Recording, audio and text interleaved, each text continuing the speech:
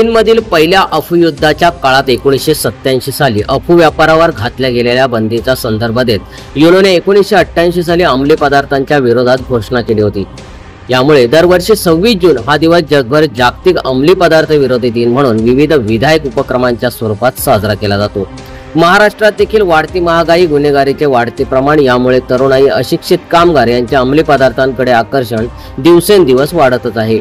याला आळा बसण्यासाठी जनजागृती करण्यासाठी राज्यातील प्रशासन ठिकठिकाणी उपक्रम राबवत असते। याचेच औचित्य साधून रसायनीतील विविध प्रशासनाने संयुक्तरित्या पुढाकार घेऊन मोहपाडा परिसरात अंमली पदार्थ निषेध जनजागृती, प्लास्टिक बंदी जनजागृती रॅली आणि कापडी बॅग वाटप यांचे आयोजन पार पडले। पाताळगंगा रसायनी परिसरातील औद्योगिकीकरणामुळे परिसरात लोकसंख्या देखील झपाट्याने वाढत असल्यामुळे प्लास्टिकचा वापर सुद्धा मोठ्या प्रमाणात वाढला आहे।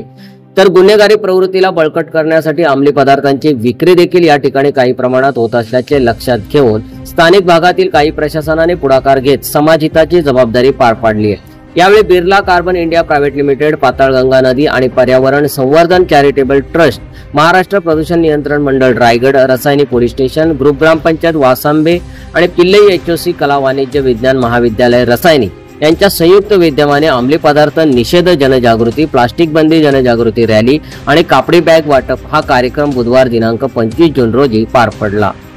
यावेळी ग्रुप ग्रामपंचायत कार्यालय वासांबे, मोहपाडा ते मोहपाडा बाजारपेठेमध्ये रॅली काढून प्लास्टिक बंदी आणि अंमली पदार्थ विरोधी घोषणा देण्यात आली असून कापडी पिशव्यांचे देखील वाटप करण्यात आले। यावेळी महाराष्ट्र प्रदूषण नियंत्रण मंडळाचे उपप्रादेशिक अधिकारी उत्तम Mane, Birla carbon India private लिमिटेडचे निखिल भामरे, रसायनीचे पोलीस निरीक्षक प्रमोद जाधव, माजी सरपंच संदीप मुंडे, सरपंच उमाताई मुंडे, उपपोलीस निरीक्षक प्रमोद हंबीर, उपपोलीस निरीक्षक मनोज महाडिक, पाताळगंगा नदी आणि पर्यावरण संवर्धन चॅरिटेबल ट्रस्टचे अध्यक्ष अरुण जाधव, कलावती उपाध्याय शिक्षिका, ग्रामपंचायत वासंबे कर्मचारी आणि पिल्लई महाविद्यालयातील विद्यार्थी आणि व्यापारी वर्ग मोठ्या संख्येने उपस्थित होते।